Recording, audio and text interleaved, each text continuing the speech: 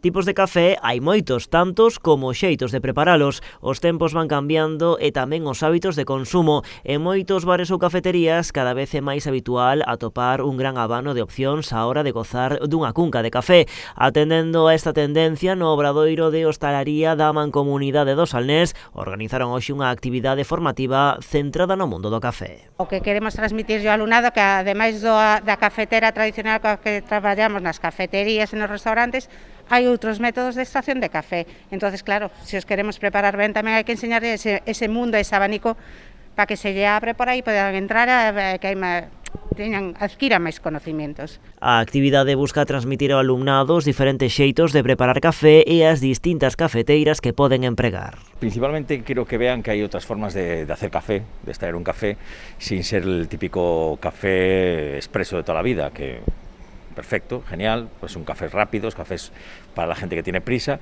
Luego hay otros cafés que son más, digamos, puedes hacer otros cafés con más tiempo, si tienes, digamos, un poquito más para disfrutar, ¿no? Y ver otros matices de una extracción de un café, o sea, de lo que es hacer una bebida de café, una disolución de café. E dentro deses procesos, este experto salienta algún dos seus favoritos. Yo creo que la más conocida es la Chemex, la Chemex, que es muy bonita, sobre todo ya no solo el proceso, sino el tema de la forma que tiene la cafetera en sí, ¿no?